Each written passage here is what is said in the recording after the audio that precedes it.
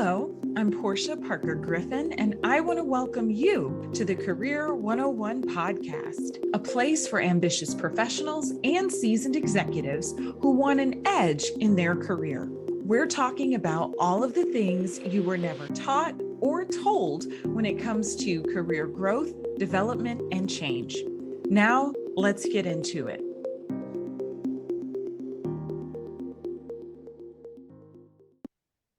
Today, we are talking about sharing your unique value proposition in an interview with Gina Riley. Gina Riley is transforming how executives approach job search and career transitions. With nearly a decade in corporate HR at Intel and experience as an executive search consultant for Talents Group, she has led CEO, COO, and CFO searches across industries, trained hundreds in talent selection, and gained unique insight into what stands out in competitive leadership searches. She developed the Career Velocity Framework, an action-oriented system helping executives navigate successful transitions. Riley holds a master's degree, is a certified UMAP coach, and a behavioral interview skills training expert. She is an official member of the Forbes Coaches Council and will release her first book, Qualified Isn't Enough: Develop Your Story, Land the Interview, Win the Job. In it, Riley shares her comprehensive understanding of both sides of executive hiring. Hi, Gina. How are you today? I am awesome. Thanks for that beautiful intro. We are thrilled to have you with us to discuss sharing your unique value proposition in an interview. But first, we want to know a little bit about you. So tell me about 7-year-old Gina. Oh, goodness. I would say precocious. So I would say my 7-year-old self was sandwiched in between two better years of 6 and 8 with awesome school teachers and whatnot. For some reason, 7 was a tough year for me, as I recall. What I loved the most was reading, Porschia. I loved to read. I have a lifelong love affair with just reading all kinds of books, reading anything I could get my hands on, actually. Go to the doctor's appointments and I'd be reading magazines and the highlights, kids' book magazines and such. Yes, I was an avid reader as well. So I could be with you at that library, Gina. So, what did you want to be when you grew up? When I was really young, I'm not sure if I had a specific aspiration, but what I can tell you is the time frame when I did have a good read on where I was heading, and that was when I was 15 years old, and I got selected to go to a leadership seminar for a weekend at what is now my alma mater, Arizona State. It was called the Hugh O'Brien Youth Foundation Leadership Seminar. One sophomore from every high school in the state got selected to go. And so I got to hear a lot of content about leadership development and so on. And then when I turned 16, I became a member of an organization called the All Stars. And it was a group of motivational speakers that traveled all around the country. And they came to our city in Phoenix and took 50 students from 3 of the rival high schools away for a weekend and gave us very deep programming on relationship building skills and communication skills. And something snapped, like in the best possible way. I thought to myself, I want to be like those men and women who brought that programming to us. I wanted to inspire other people to communicate better so that they could build better relationships. And here we fast forward, I'm in my mid-50s, and that's exactly what I do, is I help people sharpen their communication so that their stories land and resonate with the people that they're communicating with. Love it. I love it. And we are definitely going to talk about that today. But first, Gina, I want you to tell us about some highlights or pivotal moments in your career before you started your business. Yeah, pivotal moments, I think, in my career it actually goes back to college. I had a hard time figuring out what to study because there wasn't the modern human resources that there is today. It was called personnel, and it was something different. And so I was trying to navigate and find my way into what I knew then as training and development. But the whole field has morphed, and there's all these different niches within that. But one pivotal moment was getting an internship in college with a man who had developed his own communication program. And it was amazing. Like the binder, Porschia, the binder was a 3-ring binder that was like 4 inches thick. And he would go into companies like Motorola in Phoenix, and I got to go with him and watch him deliver the content to roomfuls of engineers who were struggling to communicate better with each other. They had the technical skills, but not maybe the people and the relationship building skills. I learned so much. So that was one. And then I would say, as I got swept into human resources in my early career, it was a couple of those key moments where I ran into a brick wall wanting to get a certain kind of job, and then leaning in and listening to mentors and sponsors and making the hard choices to do the things I needed to do to set myself up for success. And again, that's one of those things those memories that I leverage when I'm talking to my clients. Is there's certain things that you have to do and confront within yourself to make a change sometimes that otherwise is really difficult to do.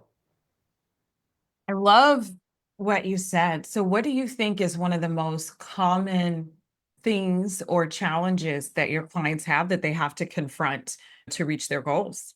Part of it will be the perfect segue into our conversation today. Is it has been said that it's hard to read the label when you're inside of the jar.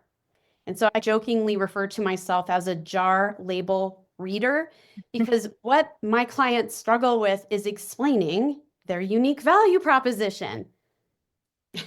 Love it. Love it. So, what motivated you to become a coach, Gina? We hear that you were really into the communication and the training side of things. Yes, there was a pretty specific window of time of what happened. So I had 10 years in corporate HR, like you mentioned in the bio. I worked for Intel and had a couple different kinds of positions.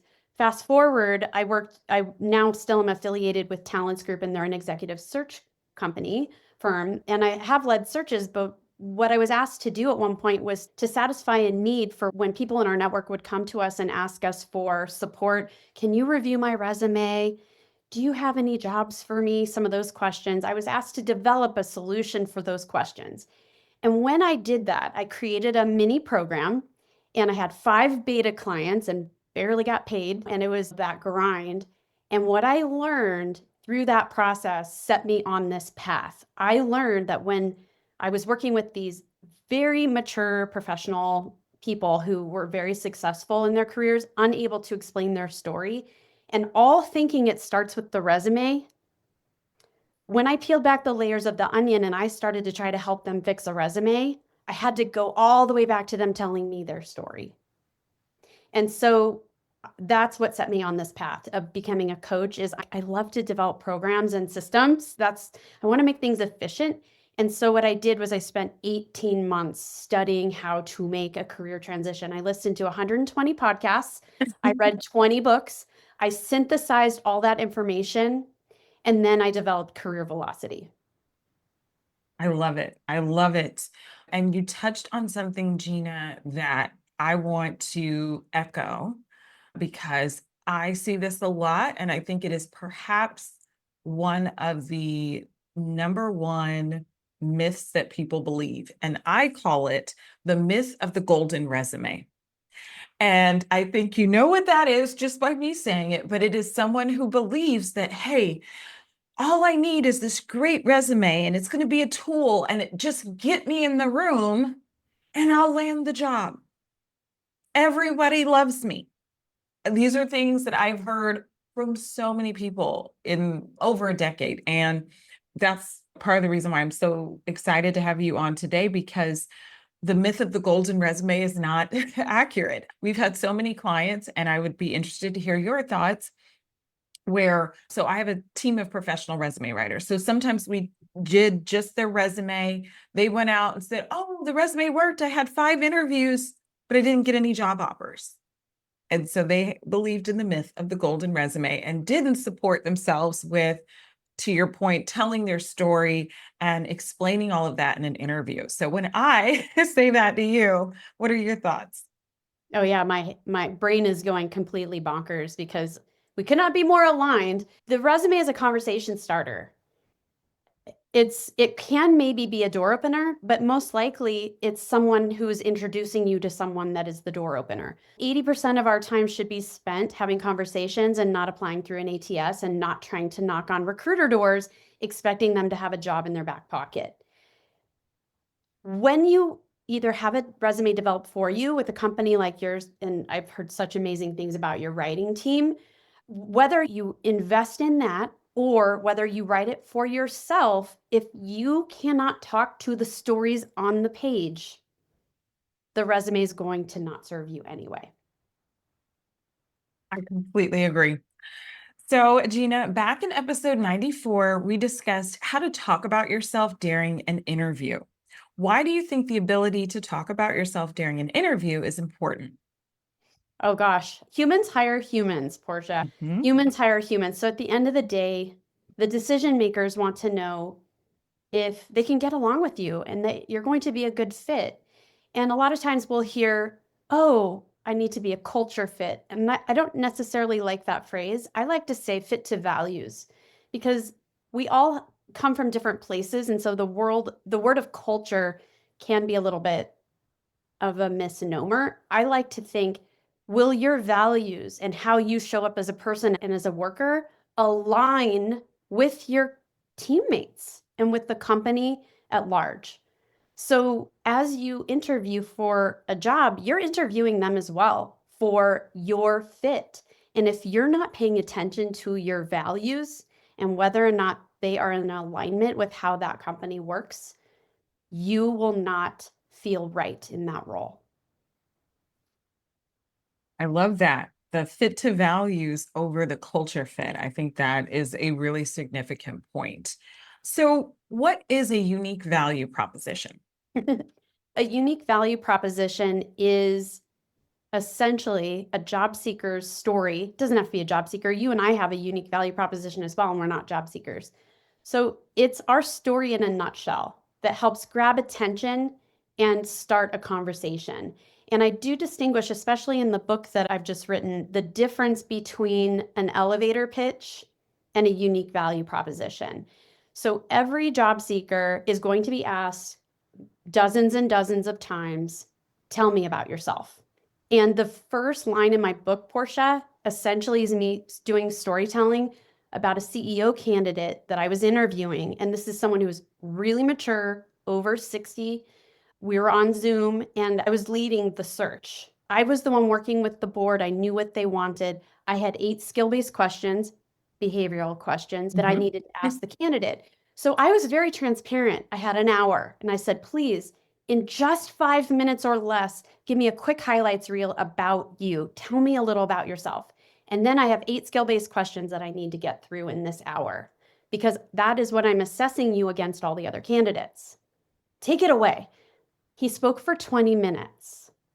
20 minutes. And I have been asked by some people, Gina, you're the professional, you're the recruiter. Why didn't you cut him off? Leading the search, my job was to assess leadership skills. And one of the things that I was assessing was executive presence. And part of executive presence is communication. And part of communication is reading the room. I gave him every chance to read the room he was sitting in with me, and he didn't read it.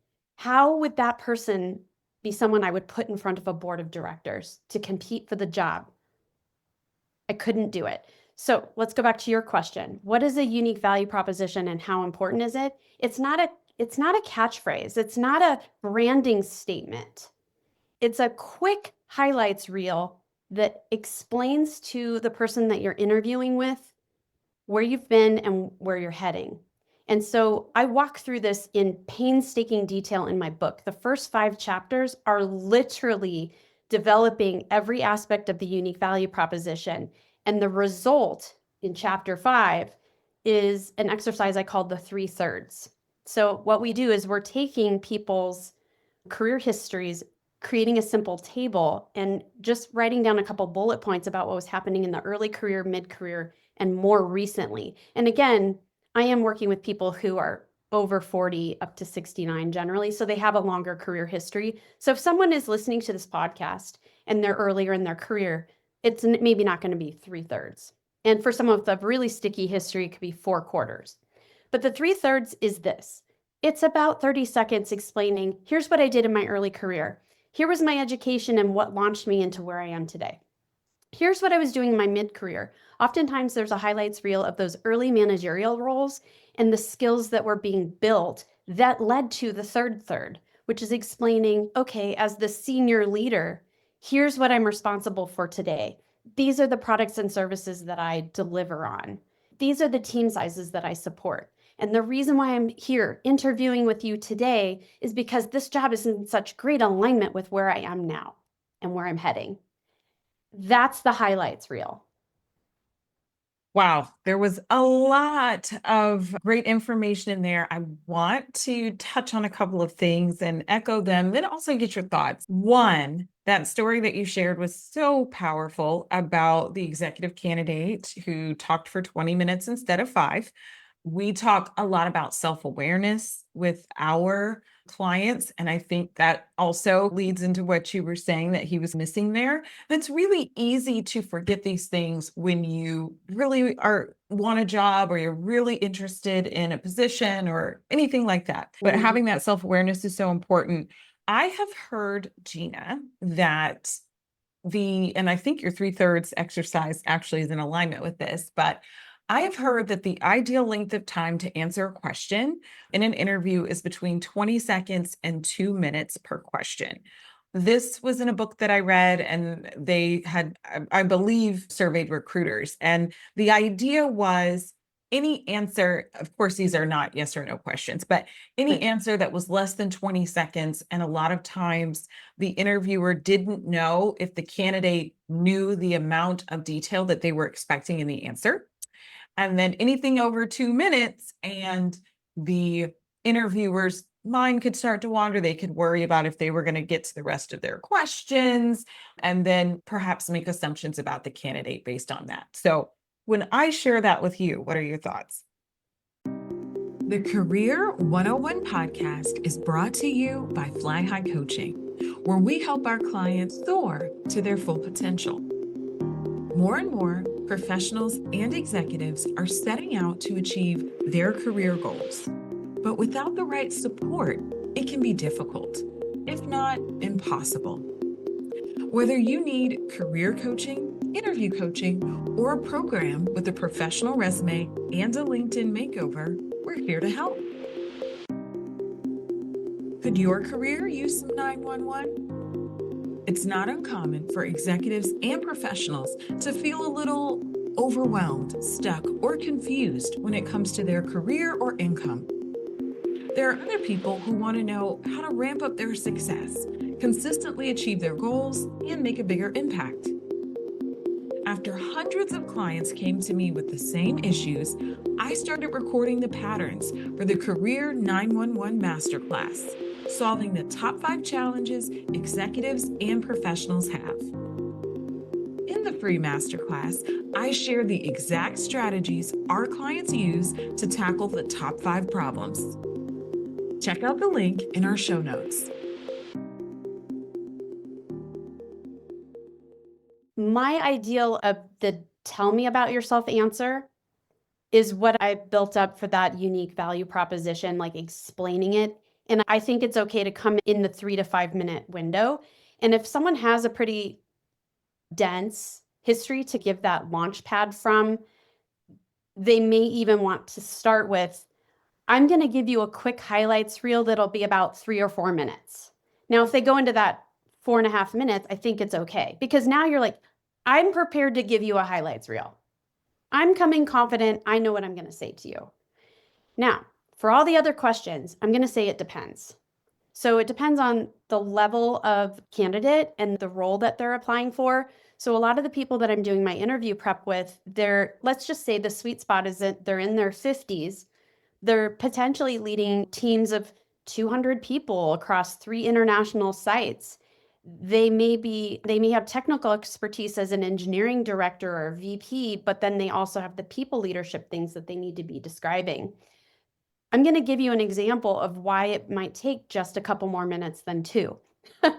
I had a senior leader of an IT organization at a major global bank.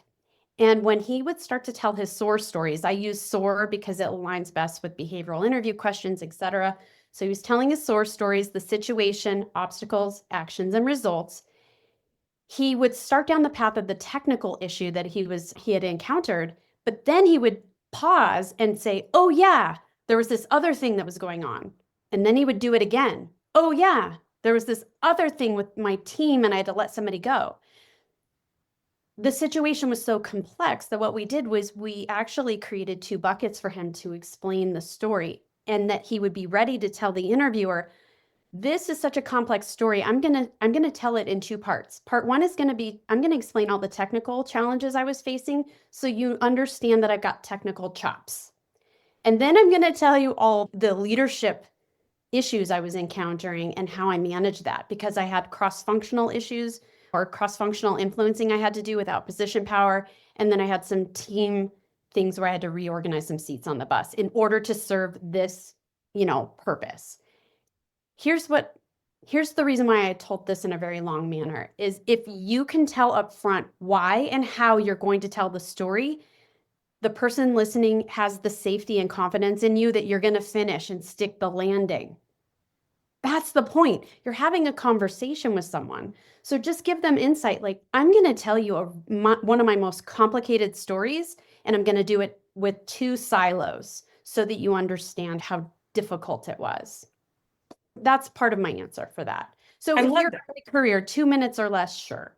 Yeah, I love that. I think, and you make a great point, there are a lot of complex stories.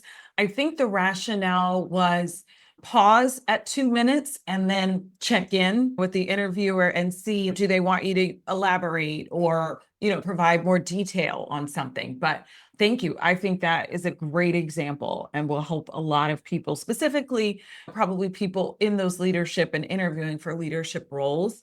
I love how you touched on behavioral interviewing. We have talked about behavioral interviewing quite a bit on the podcast. In episode 47, we have a whole episode on behavioral interview questions and answers. So we go through what we think are some of the ones to be prepared for. Something else you said, and I think you started explaining this, but I want to make sure everyone catches it.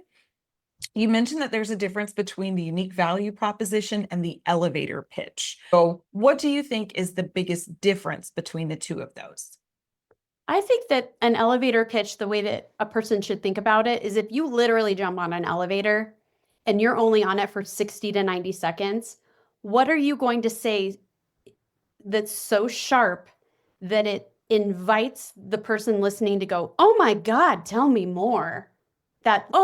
For me, I'll try to use myself as an example, but I'm putting myself on the spot at the same time. But if I'm jumping on an elevator or I'm maybe at a cocktail party and and I know it's going to be a quick thing, I'm not telling my 5-minute unique value proposition.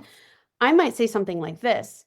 You know how when people get to a certain place in their career and they're more mature, they're 40, 50 years old, they have a lot of experience, and then they have to go on the job hunt, but they haven't had to really interview for a really long time. And then that person nods just as you did. I'd say, I developed a program called Career Velocity where I help leaders explain their stories in interviews so that they can land the job. Something a little bit more clipped. Now, it's not perfect because I didn't prepare it. Sounds perfect to me, Gina. Sounds perfect to me. So, in my years as a coach, I've seen many different ways of creating a unique value proposition. What do you think are the essential components of a unique value proposition? That's an easy one. That's chapters 1 through 5 of Qualified Isn't Enough. So I use a tool called the UMAP, which has your unique strengths, values, motivated and burnout skills, and your personality. And what am I drawing from with that assessment or that profile is primarily the strengths, the natural talents that people bring to the world and their values, because later we're going to use that not only in interviews, but to assess whether or not a job is going to be a good fit for us. The second component to the unique value proposition is one's leadership approach. And for those who are listening and you're thinking, "I'm not a leader," I disagree. Every single one of us is a leader from our seat on the bus, whether or not we're a team player or whether we're actually the VP in charge of a whole business unit. So What is a person's leadership approach? I use the adaptive leadership model because it's a really economical way for me to get a quick hit and understand how that person self-assesses their approach to leading people during times of change and transition. The third component is really going through and understanding one's career story. That story is the thing that really leverages us into that 3/3 piece that I talked about earlier. Journaling out one's entire story. And in my book, I actually explain exactly how I would do that. And I give a lot of prompts for that. But start with your education and start to look at what I call the themes and patterns of your career, because the themes and patterns are the things that inform that awesome story that you're going to tell. I've worked with people who have had a couple of different major career switches, and going through your story helps you explain it with fluidity and so that it resonates and makes sense. And it also makes you sound like a really interesting and unique individual. So that's the third component. Then the fourth component is the career results. So that's the part that when you're working with people, Porschia, you and your team on people's resume, you must know what those results are aligned with the career story and all the jobs that you had. And then that last piece in developing the unique value proposition is creating that 3/3 story so that you can answer, tell me about yourself. So that I spend so much of my time in the book just getting people to that point, because if you don't get it right, then you're going to struggle with chapters 6 and 7 and 8, which is resume development, LinkedIn development, job search strategy, interview prep. Exactly. I love how you laid that out. Are there any tips you can tell us about sharing your unique value proposition in an interview? Oof. I think the first thing is to make sure you develop it in the first place. Don't wing it. You should absolutely know what it is that you're talking about. I would also say to do a little homework, research on each of the people that you interview with if you have that luxury. And most of the time we can ask and find out, but start to think about what will those people connect with the most. And you may want to double down on that as you explain your story. And it'll show that you did a little research, like, oh, I noticed that you did these things, and this is some things that align in my career history as well. And then the last thing is I would practice. I would practice actually saying it to people that are trusted advisors, mentors, sponsors. I wouldn't necessarily trust people who are yes people who love you no matter what, and they won't tell you the hard things. So whether or not you're paying for a coach, which when we're working with people are paying us for our absolute opinion. And I have to tell people the hard things. But if you're going to ask people in your advisory circle, just make sure it's people that are going to make sure that they give you the hard feedback and tell you where you should clip yourself or shorten something, etc. Yeah, I love how you made that distinction because I talk about that a lot. I call it your career support system. And while your family members, your friends, even your current coworkers, to your point, love you or not, right? But they generally have a bias, right? They see you in a certain way. And usually they are not the best to give you objective feedback because they're biased, right? Inherently. I love how you made that point. In your opinion, Gina, what are some other ways that a unique value proposition can be useful outside of the interview world? Oh my gosh, I love this question so very much. You can use these skills or all of these stories, the storytelling, on the go. You're at a cocktail party, you go to a conference and you're meeting people for the first time. There are tons of situations where I think just understanding exactly who you are, where you've been, and where you're heading is a part of connecting well with other people. And you don't have to lead with it. You can always lead with curiosity about other people first. We're not walking up to strangers and just telling people our story, our stories. But I also talk about even interview skills, asking effective questions and using curiosity as your go-to lead will serve you better than almost anything, even more than just having your unique value proposition ready. When my husband has asked me to go on a dinner date with another couple, and I haven't met with them ever before, and he knows maybe the coworker, for example, I'm starting from scratch. So when I'm leading with curiosity and asking great questions that create stories from those people, then they feel more attached to me as if I'm an interested person and interesting as well. People love to talk about themselves. So I've walked away from dinner dates like that where my husband's, I didn't know that stuff about Greg. Wow, I learned so much stuff about him because I'm asking questions that allow people an opportunity to talk about parts of their lives that they don't normally get asked about.